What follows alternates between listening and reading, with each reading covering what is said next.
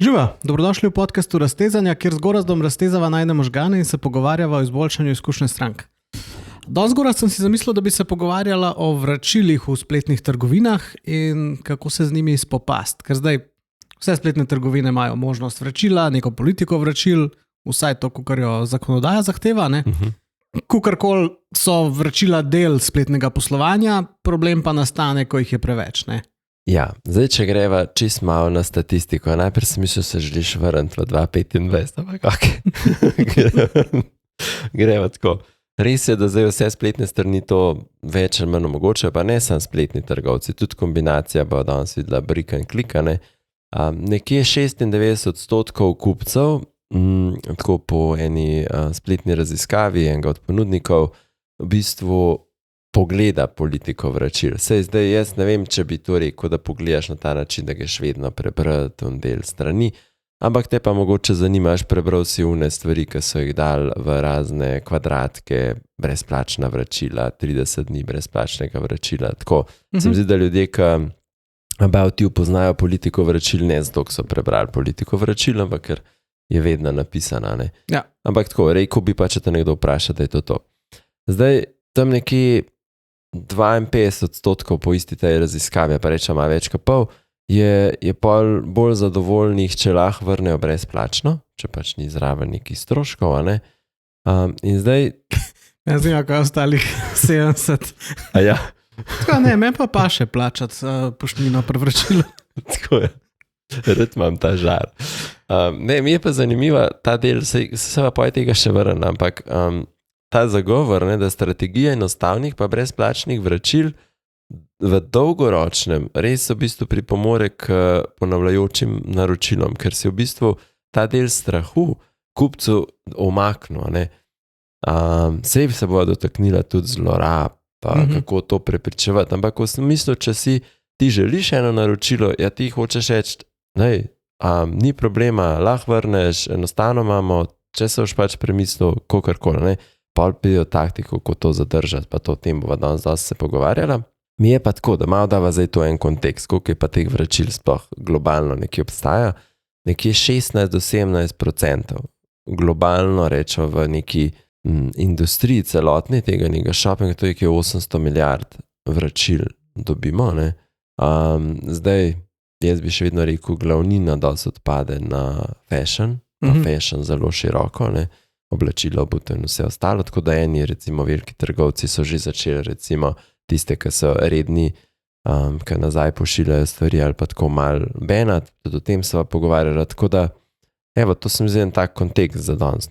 Ok, ja, ta veliko, pač delež vrnjenih izdelkov je res velik, ne. Mislim tako, presenetljivo velik, bi si ga predstavljal za fashion industrijo, da je visok, ampak to vse, za fashion je še toliko večji. Zdaj, ok, za vračila imamo več različnih vzrokov. Eno je pač lahko neko nezadovoljstvo z izdelkom. Mogoče ni pač tak, kot je bil na sliki, mogoče ni pričakovane kvalitete, mogoče nismo zadovoljni ali pa s funkcionalnostmi, ki jih ima, ugotovimo, da pač ni primeren za to, kar smo kupovali.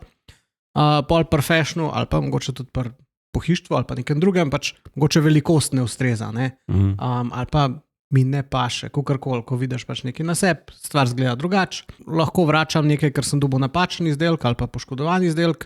Sploh, če nekaj oddaleč pride več mejnih prehodov, ki prečka tisti izdelek večja, se mi zdi verjetnost, da se bo pač ali da bo zašel ali pa da bo pač se kaj poškodoval. Včasih si pa kupci pač premislimo, torej nekaj, kar se je zdelo, da nujno rabim v nedeljo zvečer, polka se pokaže na mojem pragu, ni več stvar tok nujna. Drži. In se mi zdi, da je pomembno, da poznamo vzrok vračila, ker z enimi se bomo bolj ukvarjali, da jih zmanjšamo, pri drugih mogoče niti ne toliko zlo, ali pa predvsem se bomo pa na različne načine. In se mi zdi, mogoče za začetek, da greva čez to, torej se mi zdi, da se z vračili ukvarjamo res na večjih različnih plasteh. Torej, eno je politika vračil, tako kot si rekel, lahko je zelo dobro, torej lahko kupcu olajša odločitev za nakup, ali pa mu pomaga pri tem, da je pač retention boljši.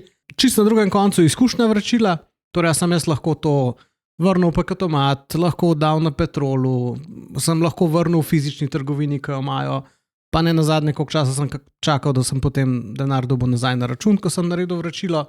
Pa so pa še vse vmes, torej ta, rečemo, izkušnja, ki je v trgovini, torej kako so izdelki opisani, vse te informacije, komunikacija, ki jo delamo pred, med, pa po nakupu, pa po mojem zelo vpliva tudi ta nek third party content, torej UGC content, review na YouTubeu. Tako je, pač tudi te stvari kupci pogledamo, preden se odločimo za nek nakup in če nas tam nekdo opozori, da ne vem, te čevlji so pa nenormalno velike številke, bom na to bolj pozoren ali pa me opozori na neko stvar, ki je pomembna glede kvalitete ali pa funkcionalnosti, a ne? Ja, super si te stvari povzel, zakaj lahko vse pravzaprav nam neki izdelek ni v redu ali pa vrnemo. Zdaj, mogoče greva 1-2 koraka nazaj, pa da nam pa pozabo povedati, ko si rekel, veš, da izdelek hiter vrneš, a ne? A se spomniš, ko so se pogovarjali še z najno sodelavko iz Amerike, Amazon, polne bokse, kar vržeš na ulici noter, ne? To je ta ultimate experience. Vržeš nazaj in noben te nič ne vpraša. Tako je, z vračili se jih res da zakomplicirati do tega, da moram jaz z izbrano dostavno službo vrniti, ampak moram samo urediti vračilo, kjer zdaj UPS pa kontaktna, pa nikoli ne vračam, pa ne znam sploh tega narediti, ne? Do tega ja, da na vsaki ulici v Ljubljani kontejner v njega vržeš in stvar je rešena, ne? Tako je. Ja, recimo, kar sem videl pa Amazonu, da se tudi ful trudijo s tem, da lahko vrneš izdelke brez packaginga, torej v smislu brez tega, da jih pakiraš v neko škatlo. Mislim, da gre tako, da pač, ne vem, v Best Buyu, pa na nekaj lokacijah imajo partnerstva, kjer ti poskenirajo QR kodo in ti pač vrneš izdelek v embalaži, ne pa sploh spakirano škatlo. Torej, to je spet en korak k temu, kako nekaj ulajšati, ker se vemo, kako je s temi škatlami. Posod ležijo, če si malo bolj vesten, jih razrežeš, pa čim prej vržeš v kanto in potem nimaš škatle. Ali pa imaš škatlo od 10 izdelkov, ti pa vračaš enega. Tako je, to je. Ok, no pa je nazaj na košarce. Okay. Tam se po mojem vse začne dogajati, pa tam je tudi po mojem ta holy grail, ki lahko stvari dosti raziščeš, ne, v podatkih. Ne. Zdaj, če rečemo, da iščeš neke vzorce v košarici, kaj se recimo na njim dogaja, da bi lahko recimo reče temu predvidel ali pa vedel, kaj se dogaja. Imaš recimo en tak, prvi tip košarce bi bilo, ko se skozi pri enem in istem izdelku dogajajo vračila, pa recimo pri določenih delih velikosti. In to so recimo neki tipi velikosti, ki recimo veš, da ljudje niso čist ziher, da je to in pa se kolebajo, veš, da dajo noter izdelk 37 pa 37 pa pol. Med številko sem, ne? Tako, malo med številko so in to veš, pa še polovičke mi ponujate. Tako, recimo, pa še polovičke, kar je sicer ful dober za tvoj fit, ampak ti si, kaj zdaj, moram to tabelco gledati, ne? In take stranke je dobro nagovoriti proaktivno v sami košarci, se pravi nek, ne vem, fit asistenta ponuditi in podobne stvari. Ali pa jim reči, ne vem, glede na tvojo, ne vem, velikost 235 mm, večina, 85% stranko zame to velikost, ne? Probaš stranko vse nagovar, da bi mogoče en izdelek naročila, pa je pa mogoče tudi sicer poveš, da ga lahko vrne in kakorkoli. To je en tip košarc, kjer bi lahko ugotovil, kje prihaja do nekih anomalij, ne, s to nekaj med številkami, bi pa mogoče malo številke spremenil, a bi boljše razložil. Ker imamo pač problem, prej si omenil, ne, čevljarska industrija je kar dosti problematična. Ne. En proizvajalec, recimo, ne, pa rečemo, znani nemški proizvajalec Adidas, ima na različne modele čevljev, noter je kupito različno. Ne. 37 številka enega čevlja, mogoče drugega, ne, za tek ali nekaj, ti mogoče sploh naoprava. A še si tako, tudi kot user, ja, kako zdaj se tepa po milimetrih, tako da tukaj je treba veliko proaktivnosti dati noter. Se mi zdi najtežje rešljiva zadeva od teh, ki bo danes naštela. Zdaj, eno je ta free shipping padding, to je tak, taka stavčna oziroma besedna zveza, ki se dosti uporablja v bistvu za takrat, ko stranka dodaja noter neke izdelke samo zato, da pride čez threshold, ki ga imamo oziroma mejo za brezplačno poštnino. In običajno se kaže, da se tiste izdelke prej vrača, ne? In pa imaš v bistvu kombinacijo, da si brezplačno poštnino, moraš se zdaj ukvarjati s temi izdelki, tako da v teh v tem delu je v bistvu boljš razmisel, da bi lahko bandle drugače zložil skupaj, da bi bilo bolj vezan na produkt, ki ga je stranka kupovala. Se mi zdi, če se bolj temu približaš, pa je upsell bolj okrog tega vezan, ali pa bi recimo, ne vem, jaz tukaj pa razmišljal, ena zdaj, ki se mi zdi zanimiva je, če imaš loyalty program, dej mogoče iz loyaltyja reči, pokoristili ti bomo pa 300 točk, zato, ker ti manjka sicer še 8 evrov, da naročaš butastih stvari, ne, si redemption nekaj, kar itak stranka nabira, njemu si pač poslal, a nezadovoljen in nisi si ustvaril potencialnega nekega vračila, ki bi te več stal, kar pa porabljene te točke. Zdaj, naslednja košarca je taka impulzivna košarca. Ampak sem to, ta free shipping, padding, ki si rekel, toga, je to, torej, jaz to kot stranka za nalašč naredim, pa že takoj vem, da bom vrnil, ali v smislu dodam nekaj v košarco, ti pa pol doma ugotovim, da mogoče pa tega vse ne rabim. Ja, ti si lovil nekaj, veš, pa sej vemo, ne, taktike imamo, dodaj še to, da bo malo večja košarca. Zdaj, ta del je super, dajmo ga razvijati, dajmo ta upsell, cross-sell, sam ne bo tako nek bullshit, garbage, nizkocenovni izdelki, ki jih bomo pa itak nazaj dobili. Ne bo bližje izdelka, katerega je, a ne, jaz bi pač tako svetoval, da greš v to smer, a ne, zato ker ti se pa ljudem obdržijo in je tako nekaj taga. Ne? Ja, okay. Zdaj, impulzivni nakup, ne? Če bi ugotovil, da ima stranka zelo nepovezane izdelke, to je recimo nekaj, kar res nekako ne gre skupaj, pa da je zelo kratek čas od tega, da je stranka se nek prvi session naredila, pa zaključila check-out, ne? To gre velikrat za neke čustvene nakupe, ne? Ob nedelji zvečer, ko si videl eno reklamo, res je ti del super, to pa bi mi doma rabili, tole bi pa jaz rabil, ti naklikal, mogoče zdobo še en fajn oglas takrat in pa ugotoviš, da tega ne rabiš. Ne? Tukaj je zelo velika verjetnost, da bo prišlo do enega vračila. Ne?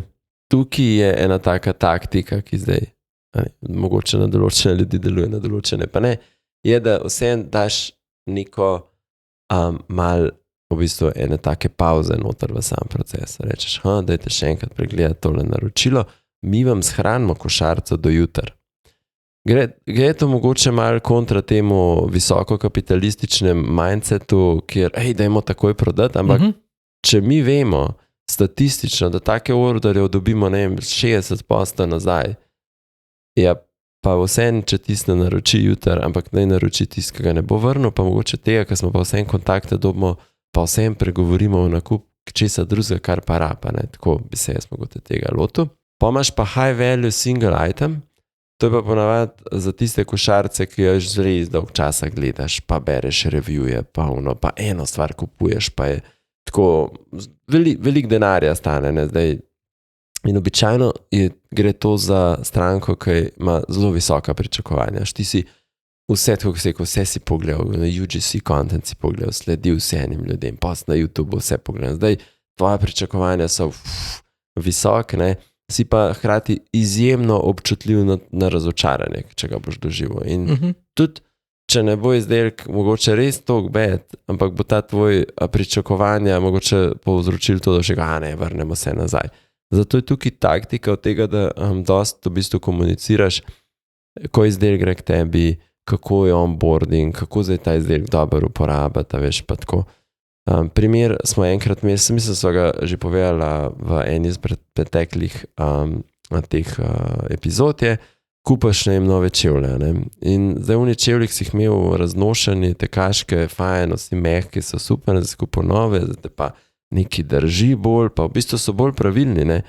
Ampak tvoja percepcija je tako, to zdaj stabiš, boli me vse, ne? Zato, ker če si ti zraven rekel, prvi 14 dni zna biti fit, mogoče tako, mora se čevelj malo ležati, boš videl neke take stvari, se zgleda, mogoče vložek, moraš zamenjati, a ne, so to neke stvari, ki poja stranka reče, pismo, jaz sem res zadovoljna, ne, šla sem čez to obdobje, ne, se pravi, komunikacija, bi jaz rekel, da je dosti tukaj ključna.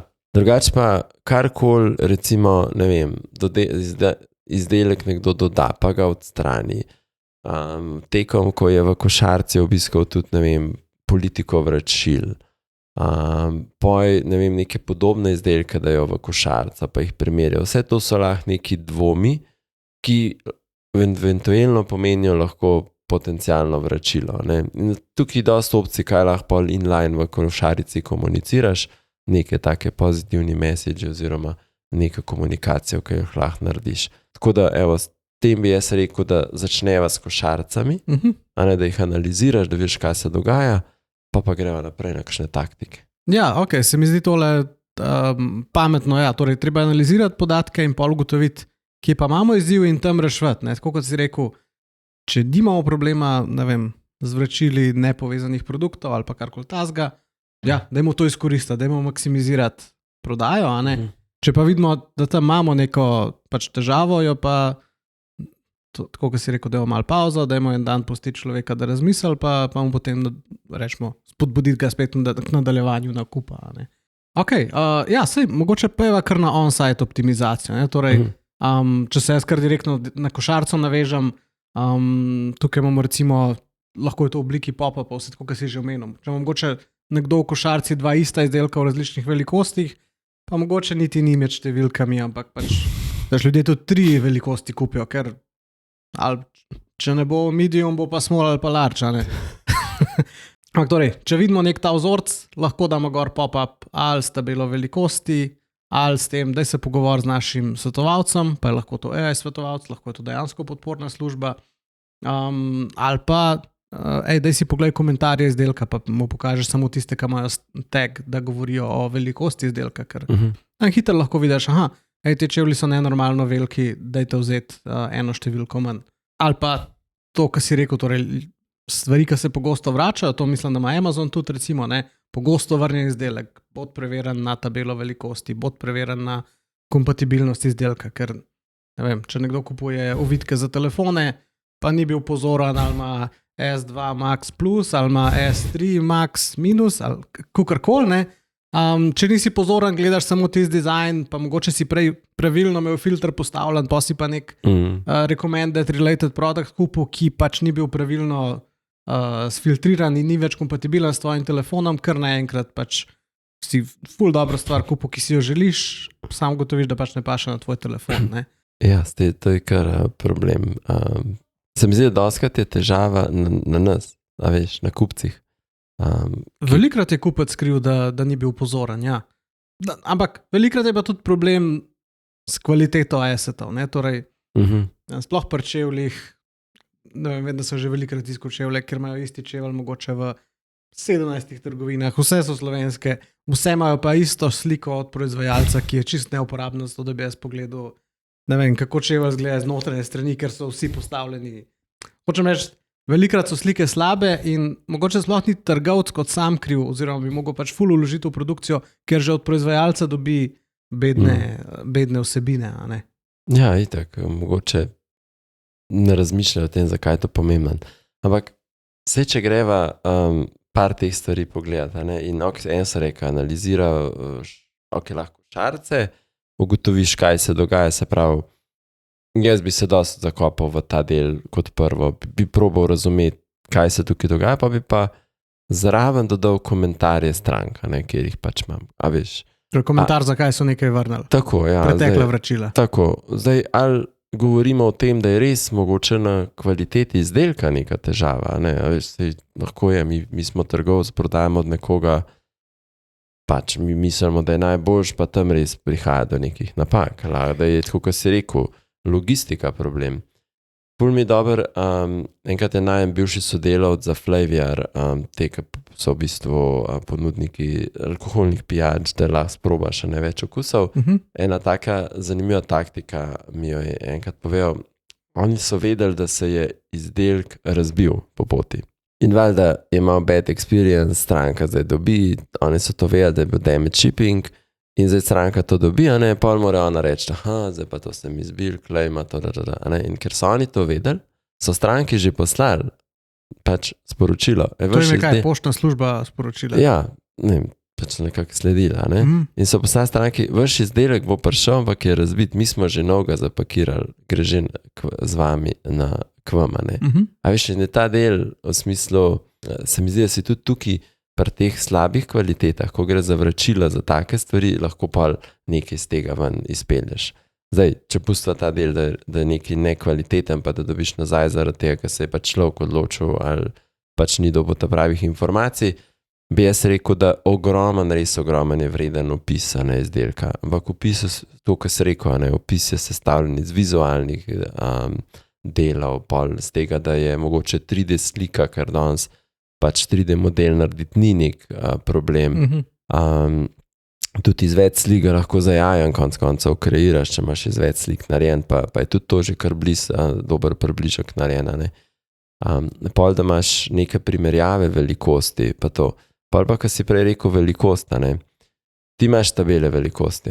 In meni se velikokrat zgodi, da relativno znam zmeriti po tistih velikostih, še vzamem šivilski meter, ne veš, za meriti police, ampak naročim izdelke in je tako, mislim, to res ni prav, to je tako 2 številki narobe. In se pa vprašam, kje je v bistvu težava tukaj nastala. In doskrat se zgodi, da ljudje v bistvu res ne znamo zmeriti prav stvari.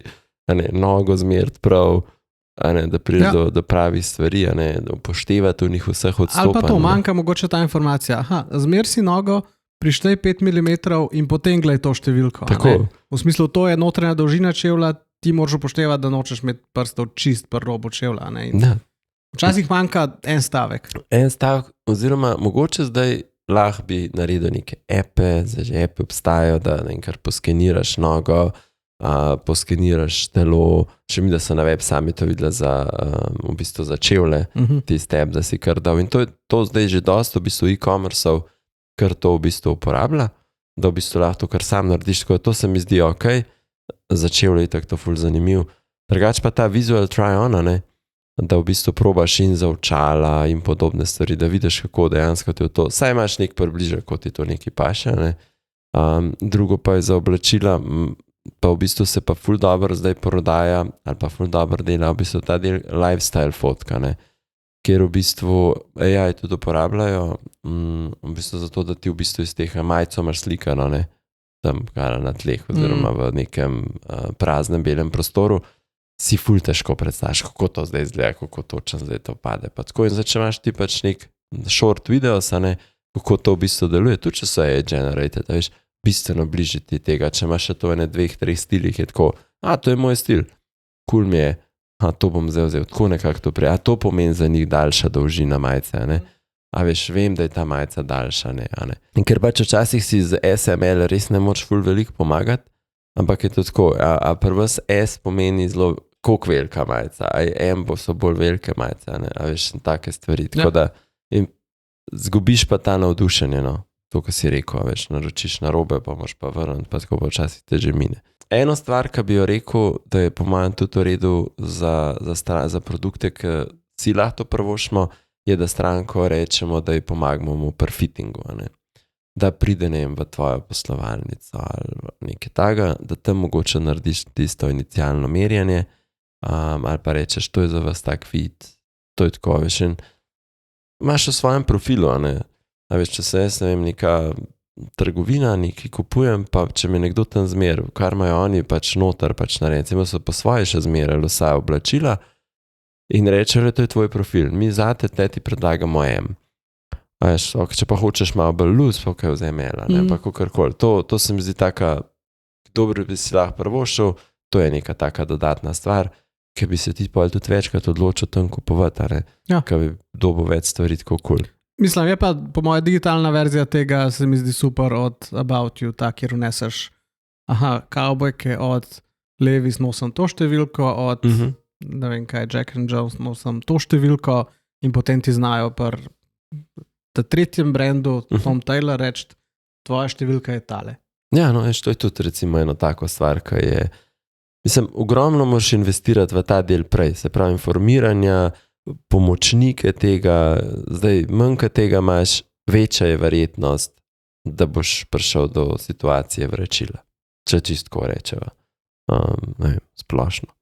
Ok, torej produktni page so ful pomembni, drugo pride potem ta komunikacija okrog tega, Eno je čist o tem, standardno prejeli smo naročilo, poslali smo naročilo, pa se pa večinoma neha, ampak zdaj, če imamo mi težave z vračili, je smiselno tukaj tudi nadaljevati komunikacijo. Torej tudi od takrat, ko mi od pošte, od GLS-a, kakorkoli od prevoznika dobimo informacijo, danes gre stvar v dostavo, da tudi torej mi začnemo ali pa za začetek, da že pošljemo te prave podatke tudi že našemu logističnemu partnerju, da če imamo svoje sporočanje, da pridejo stvari, ker se mi zdi, da se velikokrat zgodi. Jaz v spletni trgovini dam vse podatke, dostavna služba pa na koncu niti nima moje telefonske številke, da bi me poklicala. Ne. Se mi zdi, da je to zdaj sicer boljš kot zadnja leta, da so kar začeli zahtevati, ampak da sem imel te tako, v smislu, da sem dal telefonsko številko, zakaj me ne more nekdo poklicati. Ne. Mislim, ker tam pa pridemo do tega problema, ne prevzetih, to je en del, manjši del tega. To sem imel v mislih, ja, torej, sej, če je nekaj, kar sploh pri impulzivnih nakupih, jaz lahko že pol ure potem, ko sem naročil, vem, da te stvari ne rabim, ali pa mogoče naslednji dan, ker je bila stvar že odposlana, pa nima več možnosti skenslati, se pač odločim že sploh ne prevzeti, ampak tam lahko z neko avtomatizirano email kampanjo spodbujamo to, vaš paket je na poti, dajte se dogovoriti z dostavljalcem ali pa bodite doma ali kakorkoli. Vaš paket je ali ne vem, čaka na pošti, čaka pri nekem partnerju, ne vem, mogoče to na Petrolu ali pa v paketomatu. In lahko pač s komunikacijo vse en del paketov rešiš in jih pustiš, da, mislim, in bojo prevzeti, a ne. Ja, ker to je tudi strošek, a ne. Se vemo, pač to je skriti strošek v vsem retailu, a ne. Konec koncev z logistiko vse nastane nek kar velik strošek, pa pošiljanje gor pa dol na stvari. Enkrat sem imela, torej, koliko je strošek povratnega paketa, ne? Ker ni sam, eno je shipping, drugo je pač, da ga je treba obdelati, razpakirati, ugotoviti, lahko še enkrat prodaš, oziroma pol nastanejo te serije Storage Wars in to, kjer se pač prodajajo vrnjeni Amazon paketi, ker se jim ne splača s tem ukvarjati. Zdaj, drug vidik tega je pol, koliko je nekaj ekološko. Ta del, to epizodo bova polinkala spodaj v opis, tako da tiska bo želo, si jo lahko posluša. Pompe pa ne 2 leti že stara ta epizoda. Ja, tako, ja. Veš kaj, če greva mal zdaj vse na vračila, na politiko, tako, kako jih mora zagotoviti. Zdaj, pa ne vem, prej se tudi pogovarjala, še prej se začela snemati, a ne, najbolj logična zadeva za retail je menjava. Tako v smislu, najbolj zaščitiš svoj prihodek, pa reči tudi nek potencialni dobiček, ti si narobe naročil, lahko zamenjaš izdelek za drugega izdelka. Ampak je pa res, da jih dost malo jih to nudi. Zato, ker je to logistično kar zafrknen podpreti. Tako da druga opcija je pa ta del, da ti v bistvu dajo nek store credit, oziroma dobroimetje, ali pa v obliki gift carda, nekaj taga. Tretja varianta, ki se mi zdi pa, vsaj po mojem občutku še najbolj kar zastopana trenutno, pa je vrnemo ti denar. Tako, ti damo denar nazaj, to je to, ti boš pa naročil. Kar je mogoče tako iz psihološkega vidika najbolj safe. Kaj user si dal nazaj, veš, ti si mi rekel super easy, to, ko sem na začetku rekel, bo denar nazaj in tikač boš pa ti vedno mislil, da si neki vezan pa to, tako da ne vem, kaj misliš s tem. Mislim, jaz iz osebnih izkušenj na Amazonu še zberem store credit, druge pa ne, oziroma ga, tako kot si rekel, velikrat ni niti na voljo. Ne vem, ena mojih prvih izkušenj s spletnim nakupovanjem, ne vem, kaj sem imel, v srednji šoli verjetno kaj tazga, naročil sem si neke superge, pač s tistim mal denarja, ki sem ga imel, ki sem jih dobil, so bili premajhni in jaz sem vedel, da rabim večjo številko. Ne? In zdaj, zato da sem jaz lahko dobil večjo številko, to ni bilo tako pač, da sem še ne naročil, ker nisem imel niti dosti, da bi še ne superge, ne vem, za 100 € naročil, ali kakorkoli so bile takrat cene. Se že ukvarjal s tem, zdaj mogo še plačati za vračilo, pa bo to šlo v moj budžet, ker sem ga mislil za kaj drugega porabiti, ne. In sem vrnil in potem nisem imel možnosti vračila v store kreditu, ki bi bil recimo hiter, instanten ali kakorkoli. In sem mogel počakati, ne vem, en teden, da je tis nazaj na mojo kartico prišlo denar, da sem lahko pol še enkrat kupil. Ker je bil dejansko nek tak mal, rečemo, nek dražji nakup, ne. Ja, tak. In zdaj mogoče v nekem tem sodobnem svetu ali pa zdaj, ko smo odrasli pa malo drugače s financami, je to, za neke čevlje za 100 € lahko si še ne prvoščam, pa jih takoj, ko ene vrnem, že druge naročim, ali pa celo prej druge naročim, še preden uspem paket zrihtati pa vse skupaj. Ampak kakorkoli je nek denar, ki nekje obvisi, ne. Če bi oni meni ponudili, ko vrneš na sam sporoč, kaj rabaš, večjo, manjšo številko, bi označil in bi bilo mogoče zame celo lažje, a ne? To je res, ja. Me zanima, koliko denarja tako obstaja v obtoku, ki je, a veš, novo naročilo vrneno. Ja, ali pa koliko ga je v store kreditih, ki niso nikoli porabljeni, ne? Ja. Zdaj, drugo je tudi pol politika vračil. Se mi zdi, da kot spletna trgovina se malo ukvarjaš s tem, koliko bo neka stvar enostavna, koliko boš pa vsem mečkam prepreke dal za to, da nekdo pomisli, a bi stvar vseeno obdržal. Ne? Ker zdaj eno je pač, da jim mogoče komuniciraš to, da skušaš biti ekološki in zmanjšati vračila. Drugo je pa, da če je stvar čisto enostavna, si sicer bolj prijazen do kupca, ampak dejstvo je, kupci pol to začnemo izkoriščati. Ne? Mislim, tam rabiš maso, tam može poje About You in podobne stvari. Ja. Pri njih to pije vodo. No, ampak že About You, recimo, če bi jaz lahko stvar vrgel, rečeval paketomat, bom prej vrnil, kot če moram reči, na pošti pa mogoče gužva. Ne? In potem se veš, tisti paketi se valjajo po avtu, ko bo imel nekdo čas iti na pošto in potem sploh zdaj, ko ima About You, rečemo, manj časa na voljo za vračilo, pač te stvari ostanejo v avtu in pol so tvoje in narediš z njimi, kar pač narediš, ne, jih ne moreš več vrniti. Od znanec, on reče dostavljalcu About You, če lahko počaka, gre probat in pa kar nazaj njemu vrne. Tako da od optimizacije. To je skoraj tako kot in-store vračilo. Ja, tako. Mogoče ponudkaš na kavo tam. Zdaj sem načela malo vračila. Kaj če greva zdaj še čez to izkušnjo vračilke, jo lahko ponudimo? Zdaj, lahko imaš ti super vračila napisana, pa vse narediš. Eno je, da rabiš biti birokrat, da to izpolniš, to ljudje nočejo.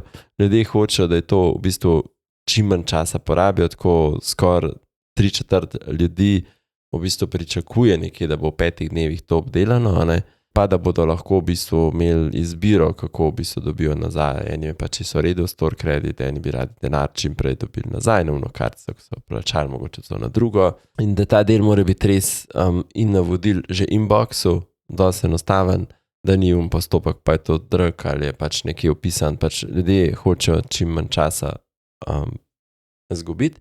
Ena stvar, ki je tle zelo pomembna, pri in-store kreditih, če obstajajo, če jih imaš, je nekje po statistiki, sem gledal enega portala, tam ljudje vedno potrošijo več, tako 70% strank potroši več, kot ima pa tega in-store kredita na voljo, s tem, da je ta v bistvu average order value za nekje 44% so večje.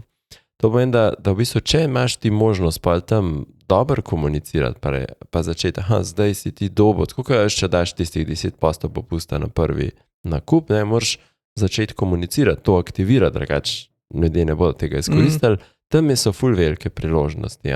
Sej, nekdo je že hotel naročiti, moramo vedeti tukaj, mi ga bomo zdaj samo mogoče še boljš nagovorili, kaj pove, ali vedeli bomo, kamu ni bilo všeč in tako. Sprav znamo ta del izkoristiti.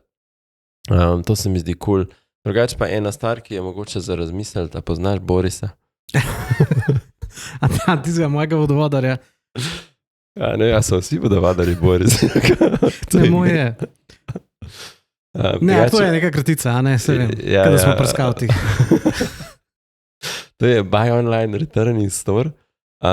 Ta zadeva se mi zdi dosti dobra, da v bistvu izkoriščaš, če imaš retail store, da v bistvu rečeš, že prineste tja, zato ker je, veliko, vemo, da pač v poslovalnici veliko lažji cross-sellaš, upsellaš, nov izdelek prodaš, izveš, kaj v bistvu ni bilo v redu, znaš informirati stranko in tako, take stvari lahko izkoristiš. No, in se mi zdi, to je ena taka taktika, ki jo pač po mojem zelo zavaruje tvoj izkušnjo stranke, oziroma lahko izboljša na koncu, tudi če ni bila zadovoljna s tistim prvim nakupom. No, tukaj je idealna priložnost, ti ponudaš menjavo izdelka, ali pa torej za menjavo izdelka. Sem pa imel že to izkušnjo, da to ni bilo, torej da je bila edina možnost, vrneš sicer lahko v poslovalnici, ampak potem pač bojo uredili vračilo, koga bojo, pač v centrali, jaz pa lahko v poslovalnici kupam drug izdelek, ali pa isti izdelek prave velikosti, ampak ni to povezano, ne? Ampak, viš, take male stvari, mi da rečeva, valjda, da je to, bo nekdo to tako izpeljal, pa izkušnja stranke ali pa tako pade na takih banalnih stvarih, ki ti tam vidiš tako, tam ne imate to majico, mislim, to vam dam nazaj, uno bom vzel. Ja, male stvari, ja. Ne gre. To sem pred enim mesecem, po mojem, sem v Hervisu Niso imeli številke superga za otroka in sem rekel, a lahko iz druge poslovalnice naročite večjega, ne? So rekli, ja, ne, to ne moramo, ampak lahko vam pa naredimo spletno naročilo pa z osebnim prevzemom pri nas, to pa bo se zgodilo, ne? V redu, gremo tja do enega posebnega pultka, kjer mi ful prijazna prodajalka zrihta spletno naročilo, prevzemamo v poslovalnici in potem tistega izdelka, kar ni bilo, pa ni bilo. In potem jaz pokličam, ali sem šel tja, skratka, cela komplikacija, malo sem jim modil s tistim in gotovim, da to spletno naročilo, ki mi ga ona naredila, bi mogel če nes na blagajno plačati. Sam to mi pozabila povedati, pa hkrati tega nisva na blagajni urejala, da bi to kar tam bilo. Wow. Tako ti se bilo neko fiktivno naročilo, ki je obviselo v zraku. Skratka, absurdna izkušnja, ker pač, mislim, res je nisem pričakoval, očitno pa tudi prodajalci niso bili dosti dobro zverzirani v tem, da bi rekli, tole sem vas zdaj sprintu, ne ste to zdaj tja, ali pa to je številka naročila, pa ti jo nekam napiše, jo zdaj plačata, ne. Že tako v večini trgovin pričakuješ, da lahko med enotami si naročijo in da ne boš rabil naprej plačati izdelka, že ta del je majčkan nenavaden, ali pa če pri spletnih trgovinah, ki imajo prevzem v poslovalnici, imajo skoraj vedno tudi možnost plačila v poslovalnici, ker tako, kot si rekel, to je dosti safe. Ampak ja, torej zelo različne implementacije imaš, torej mogoče namen zelo dober, torej lahko ti spletno naročilo naredijo direktno v trgovini, sam izvedba tega je bila pa zelo nenavadna. Ne? Sej razumem, zakaj, ker gre v ko sva govorila o silosne legacy IT sisteme, kjer včasih to kaj ne podpiram, ampak če tako vemo, stranka to pričakuje danes instant, pa se moraš pa včasih vprašati, kaj lahko narediš. Zdaj, če greva sam še en ta del, mava ki pa res zlorabljajo, pač naročajo več, mislim, zlorabljajo. Mogoče so neodločeni o velikosti, če ga rečemo. Pa rabijo 3 majice. Kjer se to ponavlja? Ja, no, za te tako nekaterih benajo, ali pa jim pač rečejo, max en kos lahko naročiš. Mislim, da so to eventualno kar dobri prijemi. Ne bi jih zdaj rekel, ne smeš naročati, mogoče bi rekel, da ne smejo plačati po povzetju, da morajo vedno naprej plačati. Tako je nek softban, ker ne prevzeti paket, ki ga niti nisi plačal, je najlažji, ker tam nimaš nobene odgovornosti. Pri paketu, ki si ga plačal, pa ga ne prevzameš, te vse malo skrbi, da se bo nekaj na pošti s tistim zgodil, pa boš mogel pa dokazovati. Ali pa drugačen komitment je plačilo. Tako je, ja, mislim pa plačal si, nekaj si že dal. Tudi pri check-outu si vsem rekel, izvolite denar, ne. No, tako da to so ene taktike, zdaj imaš pa... Jaz sem gledal, to še mogoče, so taki softbani, torej ne izpostavljaš akcij takim kupcem, torej ne izpostavljaš izdelkom, kjer imaš ti nižjo maržo in pa umikaš jih iz retargeting kampanj ali pa nasplošno jih dodaš na neko listo, ki jih umikaš iz oglasov, zaradi tega pač, da ne trošaš budžeta za oglase na takih kupcih. Ja, če sam že pride iz nekih kanalov, ki so tep najcenejši. Takrat verjetno rabi. Je večja verjetnost, da je prišel zato, ker nekaj potrebuje. Ja, sem verjetno tako stranko, veš, če bi pa nekaj časa naročala, bi pa lahko tudi ambeno, sigurno. Bi bilo kaj takega. Je pa res, da 59% nekje retailerjev ima tudi za te nizkocenovne izdelke, kar reče obdrž, pa ti noga pošta ima, veš. Sodelavka je imela prejšnji teden po mojem neko izkušnjo, mislim, da Zalando, kjer je prišel izdelek poškodovan, torej neka majica, kjer pri novem izdelku ne želiš strganega izdelka, torej bi ga vrnil, ampak oni so ji rekli, lahko ga obdržiš in vrnili ti bomo denar, kar potem rečeš, če se da popraviti, pa bo mogoče popravil, pa to obdržal, torej veliko boljš vse skupaj za okolje. Ne? Ja, to je res, ja. Mislim, ta okoljski vidik pri tem je kar pomemben. No, to pa imam, sva kar obdelala te teme. Mogoče če za konc omenil si prej eno statistiko, preden so začela snemati, kaj pa so torej benefiti, rečemo, implementacije tega, torej, zakaj bi nekdo to delal? Ja, zdaj nekje analize kažejo za tisti, ki vlagajo, se pravi izboljšanje tega logističnega celotnega procesa, ki so ga nekaj danes pač zajela, nekaj so ga pač omenila, pa analizirajo vračila. Taka podjetja dosegajo tam 12% boljši satisfaction, se pravi po enih metrikah na PSL pa podobnega, in zmanjšajo stroške tudi nekje do tam z vračili. Tako da jaz bi rekel, dajte se poglobiti v vračila, se pravi, kakšne košarice so to, kakšni tipi asortimani izdelkov so to iste stranke, niste, pa v tem pa štartaš z nekimi stvarmi naprej, pa greš po neki checklisti, ampak prva stvar je, da poanaliziraj, kaj se ti v bistvu dogaja, kaj ti vračajo ljudje. Top, se strinjam. Ok, hvala vsem za poslušanje. Če poznate koga, ki ima spletno trgovino, ki ima težave z vračili, dajte mu tole za poslušati, mogoče kaj uporabnega sliš zase. Sicer pa res hvala še enkrat vsem, ki ste poslušali, dajte tudi kakšen like stisniti. Hvala tebi, Gorazd. Hvala, Andrej. In se vidimo naslednjič. Čau. Čau.